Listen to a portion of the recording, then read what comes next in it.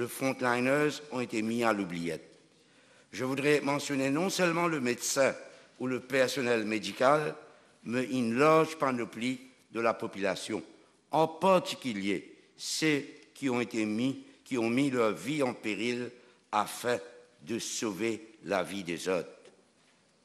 J'ai une pensée spéciale pour les éboueurs, le transporteur et beaucoup d'autres. Je faillerai dans ma tâche, Monsieur le Président, si je ne rends pas hommage aux médecins et au corps médical pour le combat assidu qu'ils ont mené face à la pandémie. Je voudrais attirer l'attention que le médecin attaché au ministère de la Sécurité sociale, seconded for duty au ministère de la Santé pendant le confinement et qui rendait de visites à domicile ont été complètement oubliés et n'ont pas été rémunérés. Par conséquent, je voudrais saisir cette occasion, Monsieur le Président, pour exprimer ma profonde tristesse aux 10 victimes du Covid-19 qui ont perdu leur vie, ainsi que ma plus profonde sympathie à leurs familles au moment de leur perte. Monsieur le Président, en ce moment, un grand scandale secoue atrocement notre pays concernant le CIB. L'île Maurice se trouve dans la liste noire de l'Union européenne. De plus, la séquelle noire continue à nous frapper à fond en créant l'obscurité dans beaucoup de nos foyers mauriciens avec la perte d'emploi de plusieurs centaines de personnes.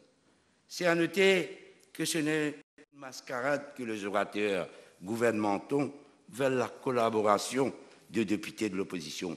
Pourtant, quand on leur a demandé de mettre sur pied des comités de travail pendant le confinement, ils ont fait la sourde oreille.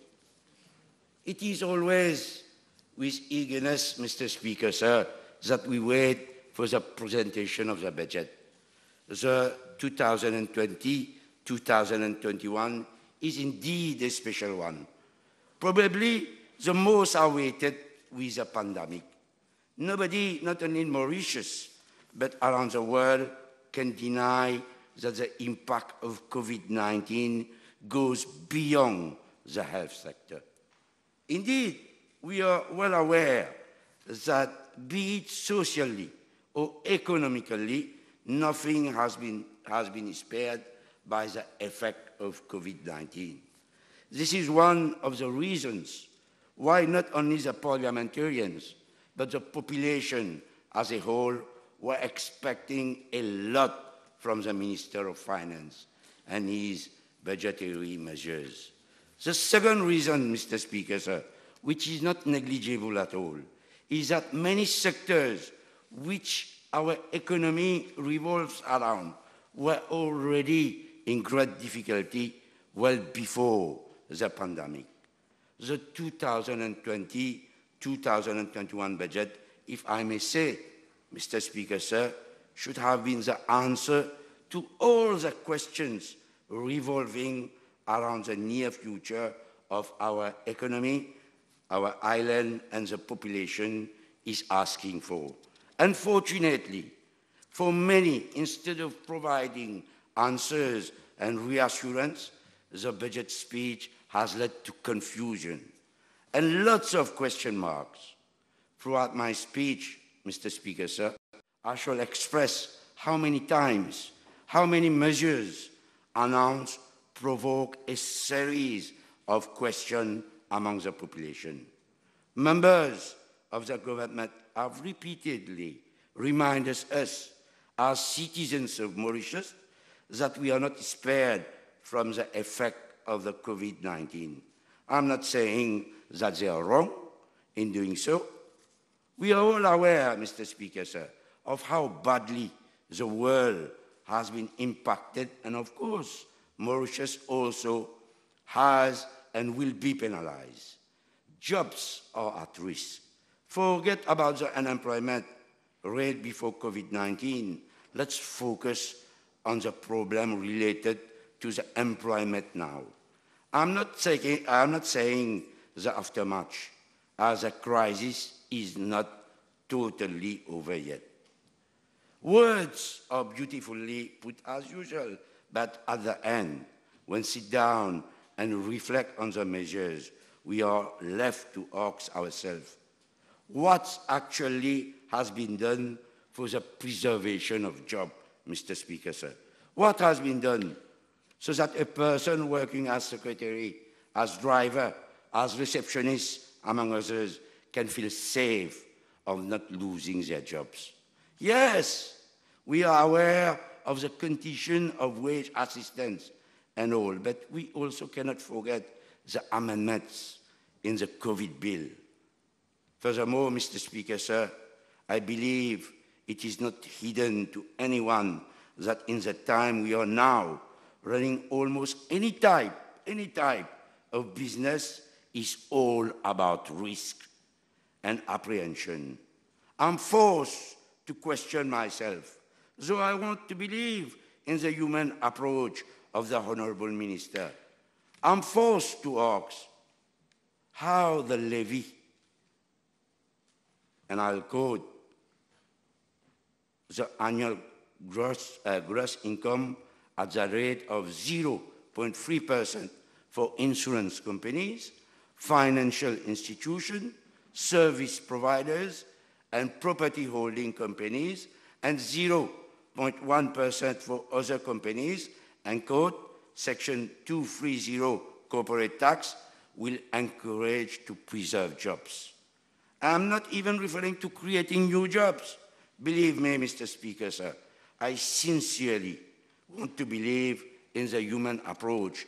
When we sit and ponder on such measures, we fail to understand how it will work in real. Coming to the measures dedicated to the tourism sector, the brief part of the speech, I would say, considering how reliable our economy is on tourism and how badly the latter has been affected.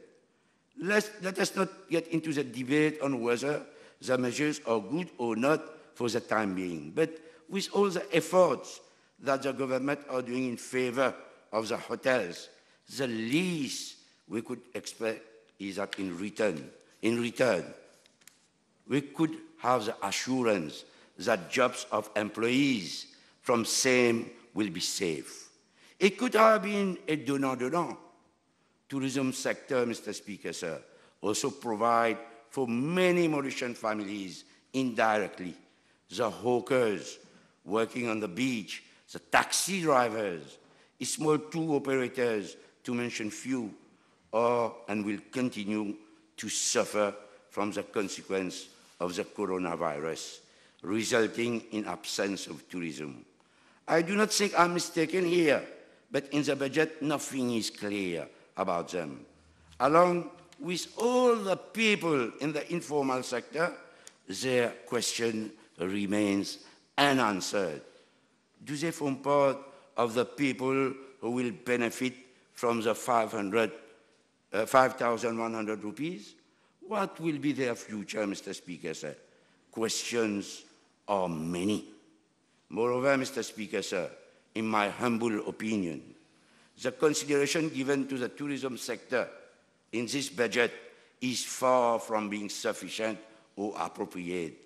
As Honorable Xavier Luc Duval has mentioned in the press, this time could have been taken for a proper rebranding of our product. And we all know, Mr. Speaker, sir, how over the years Xavier Luc Duval has taken our tourism industry to new heights of excellence. Qui te connaît? What is happening there? Continue, Honorable Member. Merci. We should not forget that even before the whole problem of COVID-19, the product that is Mauritius had to a large extent stopped being appealing.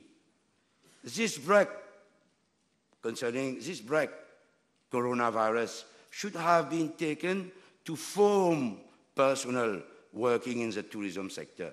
How to work otherwise? We are all waiting impatiently for a world post-COVID. The world as a whole is thinking and projecting life post-COVID. We know it will not be the same. We know.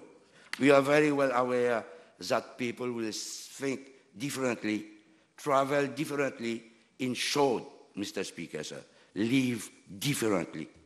But we must also not forget that competition will be intense. So we have to be prepared for such type of competition. Will the commercial partnership with the Liverpool Football Club for the promotion of the Mauritius destination be enough? Will this help us to tenir tête, Monsieur le Président, to other holiday destinations? I leave that question open for everyone to reflect on. With this government being in power for around 6 years now, almost not to say all time, we have heard them affirming their belief in how technological development can drive Mauritius to a larger dimension. I'm not saying that this is wrong. Indeed, they are right. Then why? Why, Mr. Speaker, sir? Why not coming up with simple idea, a very simple idea of investing, planning, time and some money in digital tourism? This would give Mauritius a better visibility on the internet, on different social platforms. Maybe using the help of influencers and bloggers, comme dirait le jeune, et justement to attract more young people. In my speech, Speaker, sir, I would have spoken about poverty, but as my friend, Honorable Devan Nagalingam, avec beaucoup d'humilité d'ailleurs, has elaborated enough on this topic. I would not repeat, but in my endeavor to show the House how I believe that the budget is more questionable rather than satisfying, I shall now come to the famous part on social housing. No matter how much the Honourable Minister of Finance or any other honourable member from the other side of the House try to convince us that they are going to construct 12,000 houses in 3 years, we will not believe them, Mr. Speaker, sir. We will not. It is time now, it is high time we stop hoping. I remember almost all members of the opposition side, including myself, we all expressed our disappointment on this matter during the last budgetary debates. 10,000? 6,800? 6,000? We heard so many figures, Mr. Speaker, sir. I remember many parliamentarians stated that the government should stop with exposing intention de faire and do it. But now, with 12,000 social housing, we cannot even talk about intention de faire. Maybe it is only about luring the population. Even if we force ourselves to at least give them the benefit of doubt. How, Mr. Speaker, sir, 4,000 houses will be built in a year, considering the fact that they managed to build an average of only 400 houses in a year. Besides, amid the applaud, we also heard among those 12,000 houses, only 1,800 houses are meant for the families whose monthly income is up to 10,000 rupees. Will that be enough? If ever the idea materialized for a change, that would be rather a big change, I would say. Furthermore, Mr. Speaker, sir, suppose, I insist on the word suppose, Suppose we all reconcile to the idea that we should turn all focus on construction, and the latter will be the engine of our recovery, as the Honourable Minister of Finance has affirmed. What catches my attention, Mr. Speaker, sir, in paragraph 41, which read as follows: henceforth, public project with investment of less than 300 million and where pre-qualification is not required by Central Procurement Board will be open to Mauritian companies only. I sincerely hope that this does not have double meaning and that Mauritian companies will not only be considered for projects less than 300 million rupees. Of course, it will be a question of feasibility and all, but I hope that there is no underlying meaning and Mauritian will have the equal opportunity. The bottom line remains, Mr. Speaker, sir, that Mauritius gets to work. Talking about Mauritian getting to work, I would like to articulate my concern on section opening to the world. We all know that Mauritius needs international investors. The government is making effort to be more open to the world. Okay, fair enough. But, Mr. Speaker, sir, dear colleagues of the House, 2 million rupees? By reducing the amount to invest for obtaining an occupation permit to 50,000 USD, that is 2 million rupees, are we not putting the Mauritian in direct competition with foreigners? We are well aware that foreigners investing in the country can be a beneficial. But once again, the bottom line remains that the citizens of the country are not penalized, that we secure the jobs of our people. We must secure the jobs of our population first. The solidarity levy. Take the same concern, Mr. Speaker, sir. The solidarity levy takes the same concern further. We are made to understand that the Honourable Minister of Finance finds it fair to ask an effort only from the Mauritian. Is it really fair? Is it? Living in same country and earning same, but one has to contribute while the other does not. This does not seem to be an example of equality. This particular measure is dangerous, Mr. Speaker, sir, in the sense that it does not only discourage Mauritian diaspora to come back to Mauritius, but also encourage brain drain. I'm not inventing this, Mr. Speaker, sir. Developed countries have faced same situation. Moving on, Mr. Speaker, sir, like all my colleagues on the opposition side who addressed the House before me, I would like to convey my thought on the abolition of the NPF. I will join my colleague, Honourable Rizautim, here. There are so many questions around the shutting down of the NPF, as we all know till now. There's no urgency now, Mr. Speaker, sir. I believe, like many, not only members of the Parliament, but also the population now, is not the time to bring a change in this dimension. This project can well wait, especially with a huge amount of help the government is getting from the Bank of Mauritius.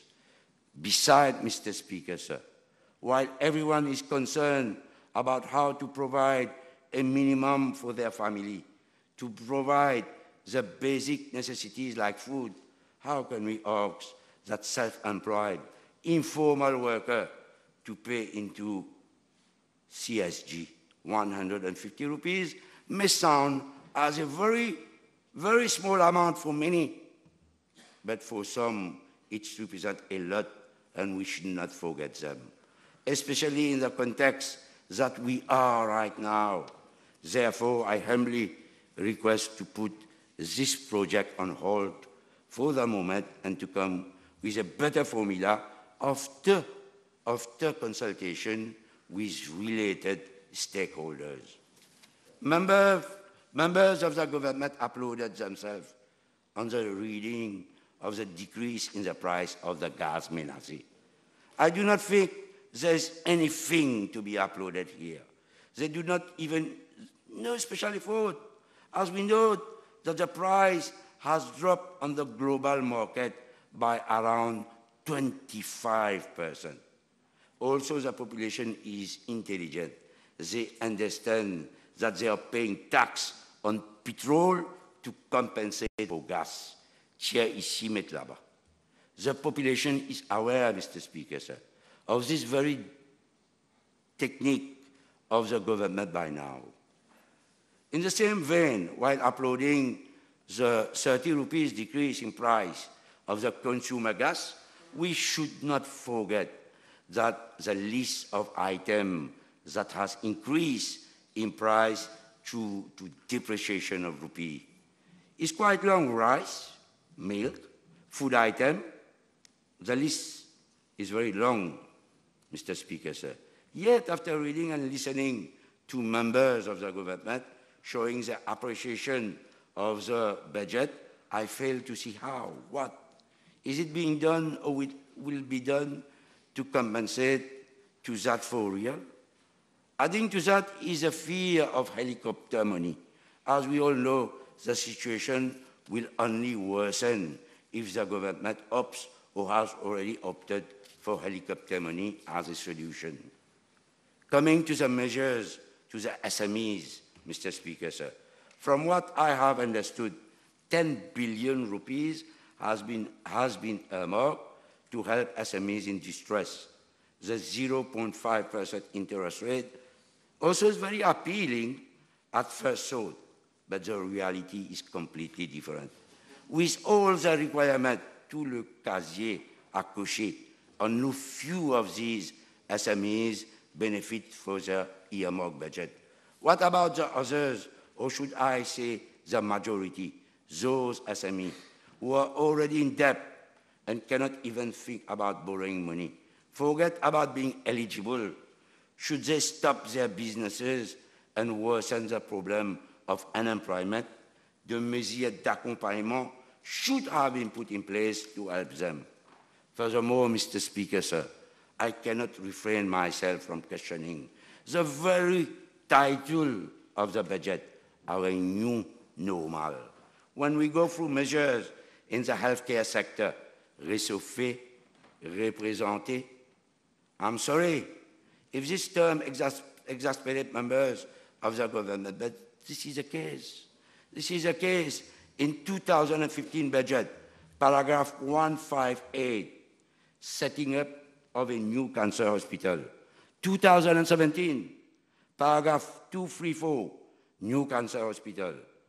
2018, paragraph 166, a new cancer hospital center will be set up. 2019, complete the new cancer hospital. And in 2020, paragraph 287 again, about the cancer hospital. I know that setting up and completing such project may take time, ministers. Ministers may not be magicians, but 6 years? 6 budget talking about the same thing? Is it the same thing concerning the renal transport unit at the Nehru Hospital and the construction of a modern warehouse for pharmaceutical products? Concerning the community health centers, to mention one. The one that falls in my constituency, the health center at Saint-François-Xavier, has been announced ample of time in the budget.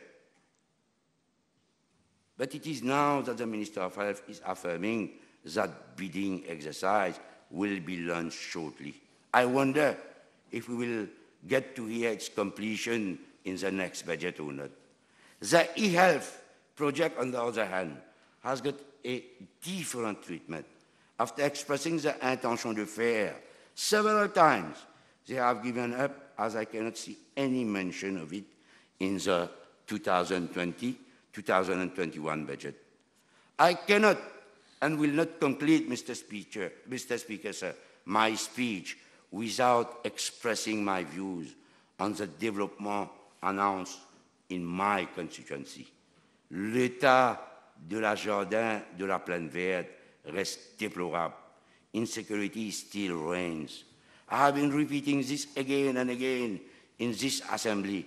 The people of Plaine Verte, Cité Martiale, Rochebois, Cangelov need more leisure.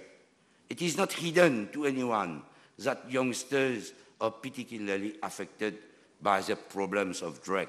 They need sane environment, adapted leisure, so as to shift focus from illicit to healthy activities. Paragraph 276, Section F, mentioned construction of a new sports center at Plaine Verte. I really hope that the location of the construction of the sport complex be reviewed. Vous savez pourquoi, Monsieur le Président? On est en train de détruire un jardin d'enfants.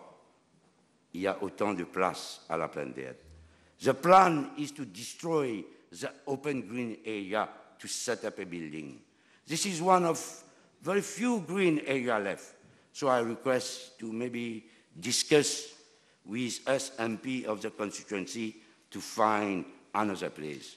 We already have land available at Cité Martiale. On an ending note, Mr. Speaker, sir, betting fully on construction in the situation that we are as of now pour relancer l'économie seem a hazardous bet. Hazardous bet as we are not convinced that this will tackle the issue of protection of job and employment. In the construction field, we are reliable on imported materials. Investing in the metro or the Centre d'Innovation Côte d'Or is completely out of context. The solidarity levy, on the other hand, paves the way, much probably to frustration, brain drain, and maybe eventually tax evasion. Questionable is where the colossal amount of money from the Bank of Mauritius will really go. Africa? Pharmaceutical industry? We as members of the opposition, members of the parliament, members of the opposition side demand transparency on how the money will be spent. It is our legitimate right as representative of more than 60% of the population to know and oppose whatever the need be. Thank you, Mr. Speaker, sir.